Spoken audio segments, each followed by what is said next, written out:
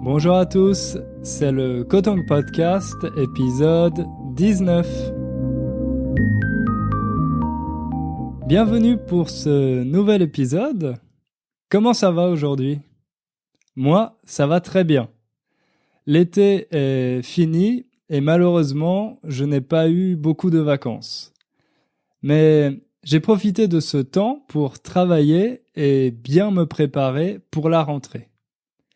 La rentrée, c'est cette période de l'année, au début du mois de septembre, où tout le monde revient de vacances et où les élèves retournent à l'école. Généralement, c'est une période où il y a beaucoup d'activités, plein de choses à faire. Mais moi, comme j'ai bien travaillé au mois d'août, j'ai pris de l'avance. Prendre de l'avance, vous comprenez cette expression ? Elle signifie se préparer pour être en avance dans son travail. Par exemple, si vous avez un nouveau projet, le 15 septembre, vous pouvez commencer à travailler dessus un peu plus tôt pour prendre de l'avance. Donc moi, c'est ça que j'ai fait en août. J'étais un peu jaloux de voir mes amis poster leurs photos sur des plages paradisiaques pendant que je travaillais, mais maintenant je suis très content de ma décision. Et vous, est-ce que vous avez pris de l'avance pendant les vacances ? Ou au contraire, est-ce que vous avez pris du retard ? Dans les deux cas, j'espère que votre rentrée va bien se passer, sans stress et avec le sourire. D'ailleurs, la rentrée, c'est souvent un moment où l'on décide de prendre de bonnes résolutions. Prendre une bonne résolution, ça signifie prendre la décision de commencer quelque chose d'important, comme faire du sport, apprendre une nouvelle langue, ou alors d'arrêter quelque chose de mauvais, comme la cigarette ou les bonbons. J'en profite pour vous dire de bien faire attention à l'expression « prendre une décision ». Beaucoup de personnes, notamment nos amis anglophones, font l'erreur de dire « faire une décision ». Mais en français, on utilise le verbe « prendre » et pas « faire » quand on parle de décision. Alors, beaucoup de ces bonnes résolutions concernent notre santé. Autrement dit, notre bien-être physique et mental. Le bien-être, c'est tout simplement le fait de se sentir bien. Quand on est en bonne santé, on se sent bien. On n'est pas malade et on peut faire des efforts physiques. Virgile, le poète romain, a écrit que la plus grande richesse, c'est la santé. En septembre, on a envie de garder l'énergie qu'on a récupérée pendant les vacances. Alors, on commence le sport, on améliore notre façon de manger, on essaye de mieux dormir. Partout, dans les médias, à la télé, à la radio ou dans les magazines, il y a des conseils pour prendre soin de nous, pour s'occuper de notre corps. Mais souvent, ces conseils consistent à dire qu'il faut arrêter de faire des choses qu'on aime, qui nous donnent du plaisir.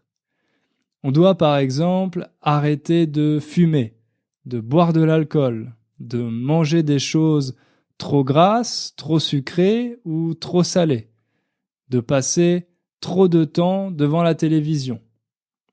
Bref, pour être en bonne santé, il faut sacrifier ces petits plaisirs.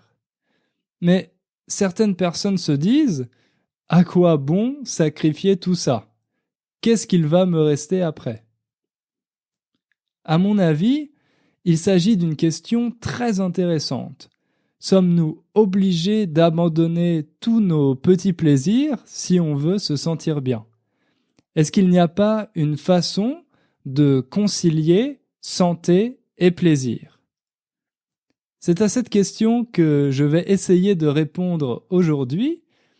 Alors pour le moment, lâchez votre paquet de bonbons éteignez votre cigarette, posez votre verre de vin et écoutez la suite.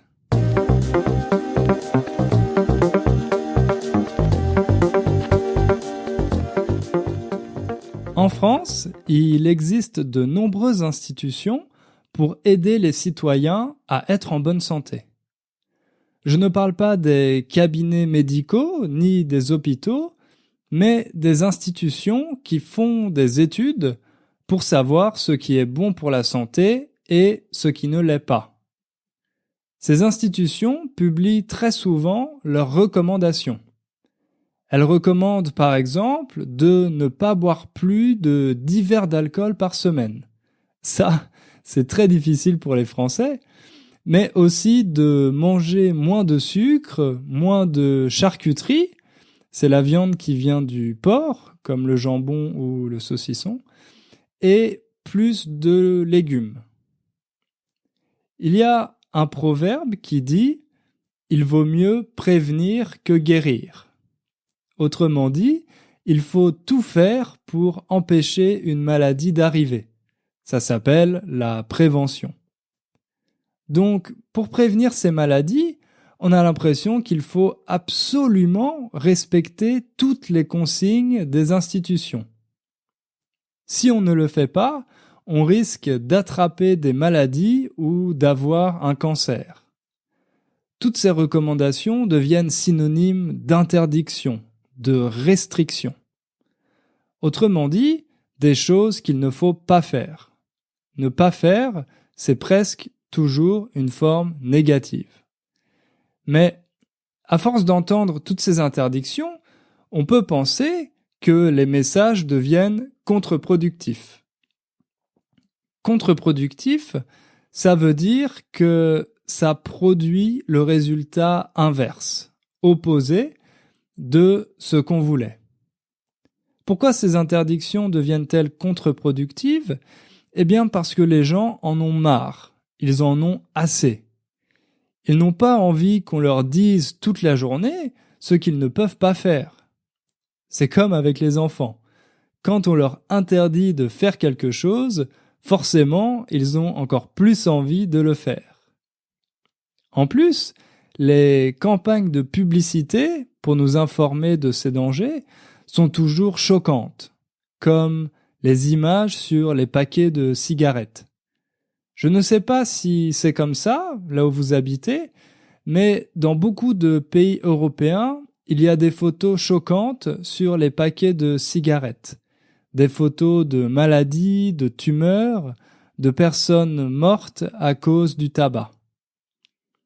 Et il n'y a pas seulement les campagnes institutionnelles, il y a aussi tous les conseils qui sont dans les médias. La santé est un business très rentable pour les médias car les gens s'intéressent de plus en plus à ce sujet. Ils veulent rester en bonne santé le plus longtemps possible comme une sorte de jeunesse éternelle. Donc, chaque jour ou presque, il y a un nouveau conseil santé. Il faut éviter de manger cet aliment ou celui-là, rester à distance de toute onde radioélectrique, ne pas réutiliser une bouteille en plastique pour boire, etc. En plus, les experts qui donnent ces conseils ne sont pas toujours fiables. On ne peut pas toujours leur faire confiance. Il y a aussi des célébrités qui disent ce qu'elles font pour rester en forme et les gens appliquent leurs conseils comme une recette magique.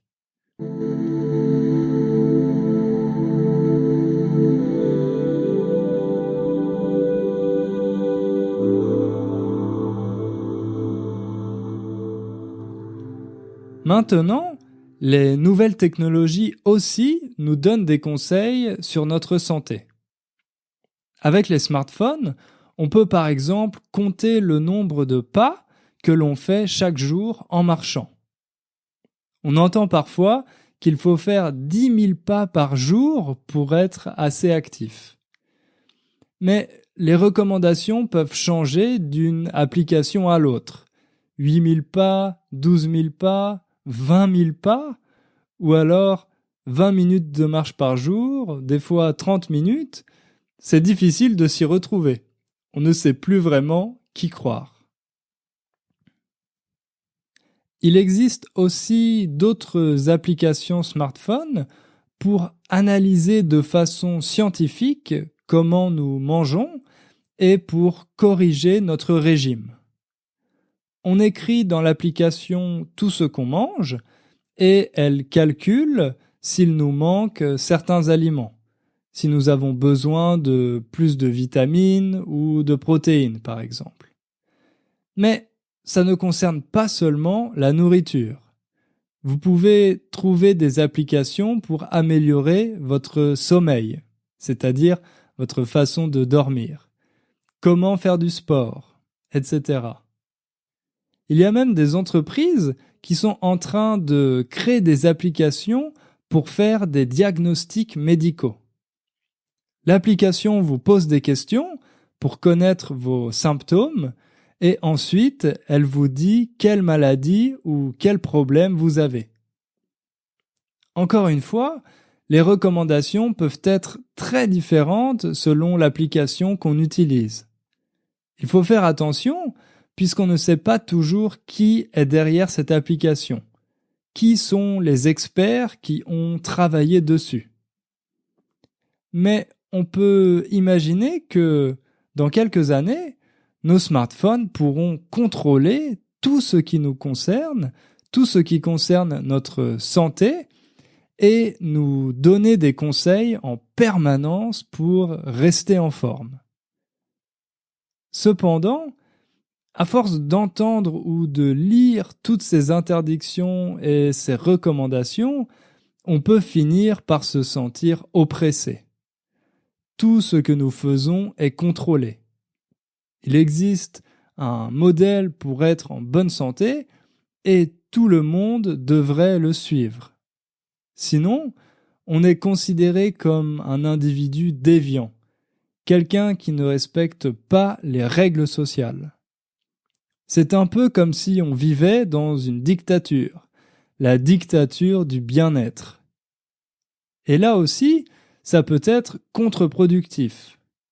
Quand on vit dans une dictature, on pense en permanence à toutes les choses qui sont interdites. Souvent, ces interdictions concernent des choses qu'on aime faire, comme manger des gâteaux ou boire de l'alcool. Au final, toutes ces interdictions créent de la frustration. Or, le stress et la frustration sont nocifs. Nocif, ça signifie mauvais pour la santé. Donc, cette dictature du bien-être obtient les effets inverses de ce qu'elle souhaite. À votre avis, est-ce qu'on ne pourrait pas plutôt imaginer une autre façon de rester en bonne santé?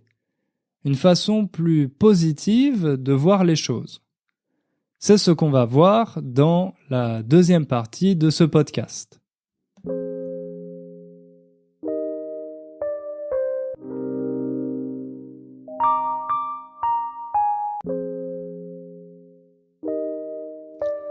On peut imaginer qu'avec le progrès technologique, avec toutes ces nouvelles applications, nous allons tous vivre jusqu'à 120 ans. Comme les connaissances scientifiques progressent, nous allons adapter nos comportements pour être en meilleure santé. Si nous sommes rationnels, nous n'allons pas faire de choses qui sont mauvaises pour la santé.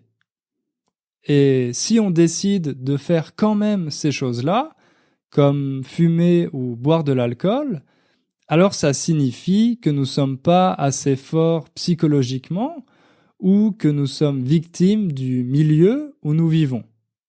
Si tout le monde fume dans notre famille, par exemple. En réalité, nous ne sommes pas, du moins pas entièrement, des êtres rationnels. Nous faisons souvent des choses en sachant qu'elles ne sont pas bonnes pour nous. On peut continuer de fumer même quand on connaît le risque de cancer, parce que fumer nous donne du plaisir. On peut boire de l'alcool parce que ça nous permet de passer un bon moment entre amis, même si on se sentira mal le jour d'après.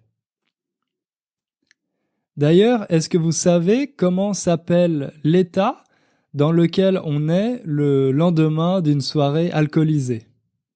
Vous savez, quand on a mal à la tête et qu'on n'a pas du tout d'énergie. Ça s'appelle la gueule de bois. Si vous faites la fête avec des amis francophones et que vous buvez trop d'alcool, le jour d'après, vous pouvez leur dire « j'ai la gueule de bois ». Bref, pardon pour la digression. Ce que j'essaye de vous montrer, c'est qu'on veut croire que l'homme est rationnel, mais que chaque jour, nous avons la preuve du contraire. Le problème avec tous ces conseils et ces recommandations, c'est qu'il s'agit d'une vision moralisatrice. Les experts nous disent comment nous devons vivre notre vie en fonction des résultats de leurs études, mais aussi de leurs valeurs personnelles. Ils décident de ce qui est bon ou mauvais pour la population et ils essayent d'influencer nos comportements quotidiens. Heureusement, il existe d'autres manières d'éduquer les personnes à la santé. Des manières qui ne sont pas moralisatrices et qui respectent la liberté de choix des individus. Le but de cette approche, c'est de rendre les individus autonomes, de les responsabiliser. Encore une fois, on peut comparer ça à la façon d'éduquer les enfants. Si on dit tout le temps aux enfants ce qu'ils doivent faire et ne pas faire, sans leur expliquer pourquoi, ils ne peuvent pas comprendre. Et ils ne peuvent pas non plus devenir adultes car ils ne savent pas comment prendre leurs propres décisions. Ils savent seulement obéir, ou non, à des règles que les adultes ont fixées pour eux. Vous pouvez me répondre que ces conseils pour être en bonne santé ne sont pas des règles. Peut-être pas encore, mais elles le deviennent petit à petit. Je vais prendre l'exemple de la cigarette pour vous montrer. Après la Seconde Guerre mondiale, la consommation de cigarettes a explosé en France. Autrement dit, les Français ont commencé à beaucoup fumer.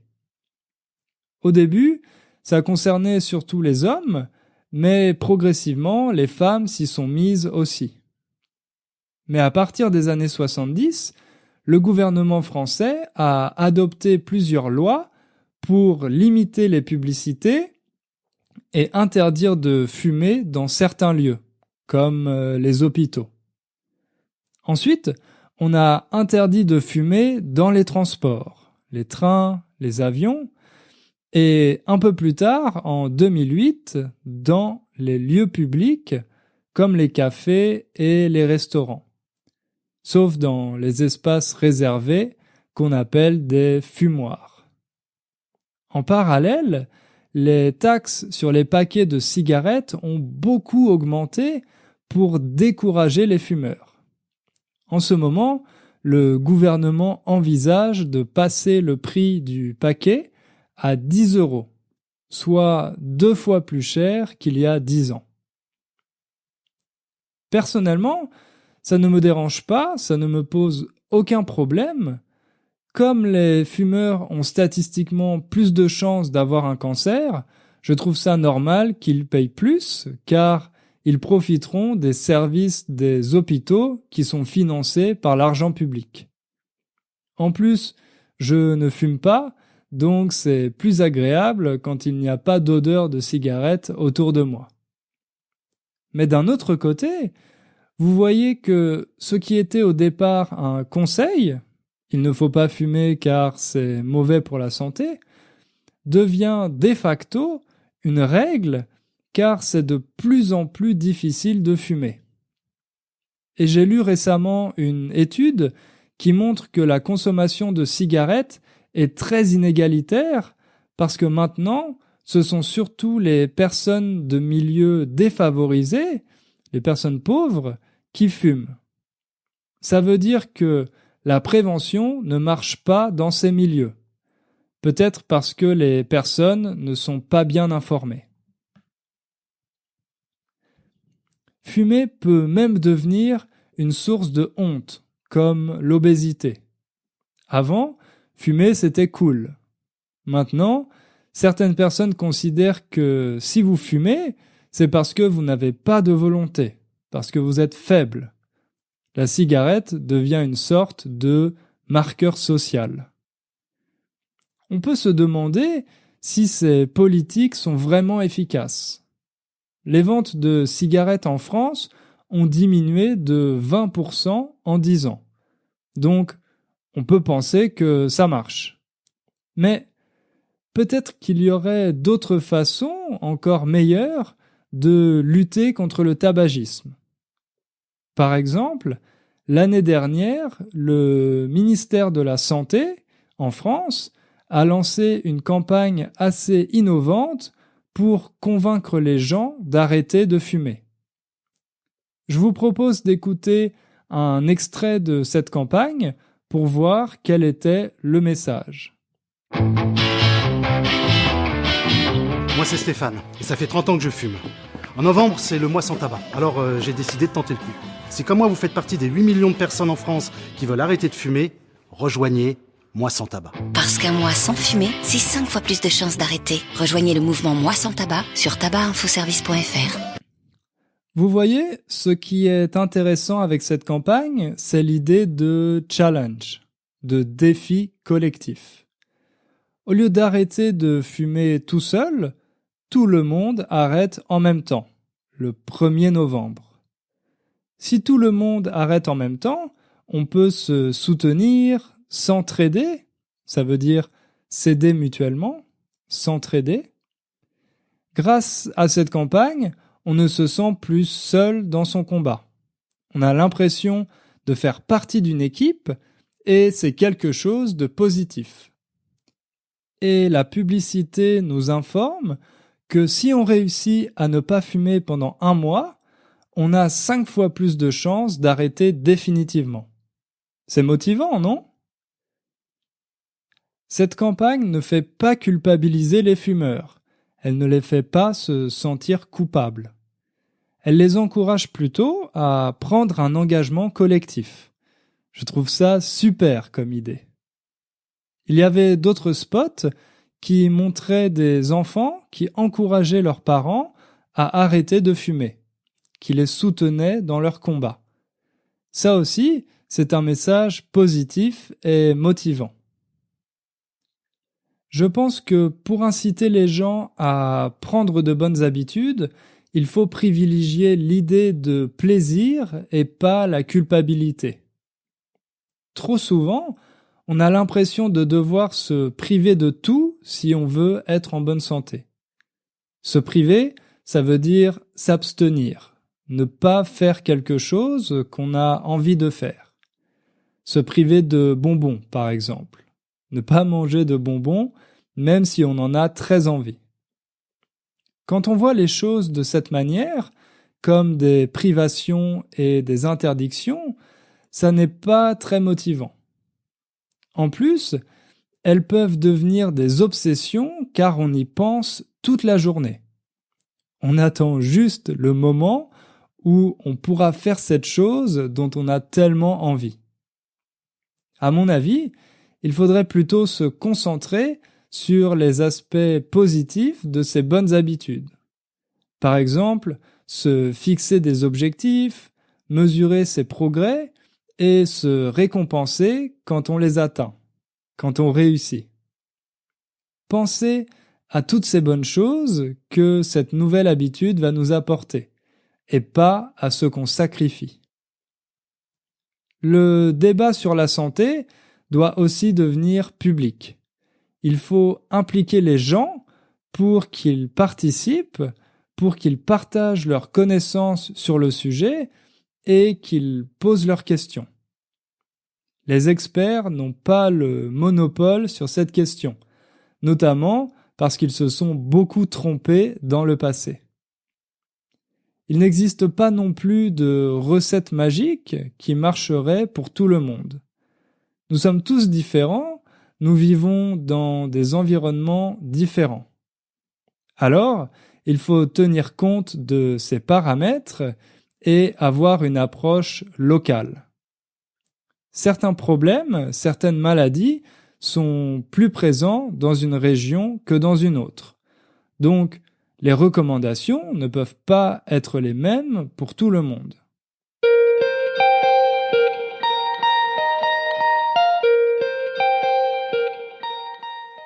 Et puis, peut-être que le plaisir permet d'être en bonne santé. Il y a beaucoup d'exemples de personnes qui n'avaient pas un style de vie très sain, mais qui ont pourtant vécu très longtemps. Vous savez peut-être que la personne qui a vécu le plus longtemps était une Française qui s'appelait Jeanne Calment. Jeanne Calment est morte en 1997 à l'âge de 122 ans. 122 ans. Vous vous rendez compte ? Eh bien, cette dame a fumé presque toute sa vie et elle mangeait aussi beaucoup de chocolat. Bien sûr, je ne suis pas en train de vous dire qu'il faut fumer et manger du chocolat pour vivre longtemps. Au contraire, de nombreuses études ont montré que la cigarette augmente le risque de cancer. Mais je veux simplement souligner qu'on ne sait pas encore tout sur le corps humain. Il faut donc rester ouvert d'esprit et travailler ensemble pour qu'on puisse vivre en meilleure santé et plus longtemps. Nous arrivons à la fin de ce podcast. Merci à vous de m'avoir écouté jusqu'au bout. Ça me fait très plaisir de voir qu'il y a toujours plus d'auditeurs, de personnes qui apprennent le français, et je suis très content si mon podcast vous aide. Si vous voulez m'aider, vous pouvez laisser un commentaire sur iTunes ou sur l'application de podcast que vous utilisez. Ça me fera encore plus plaisir. La semaine prochaine, ça sera le 20e épisode et je vous ai préparé une petite surprise. Alors, soyez au rendez-vous. À bientôt!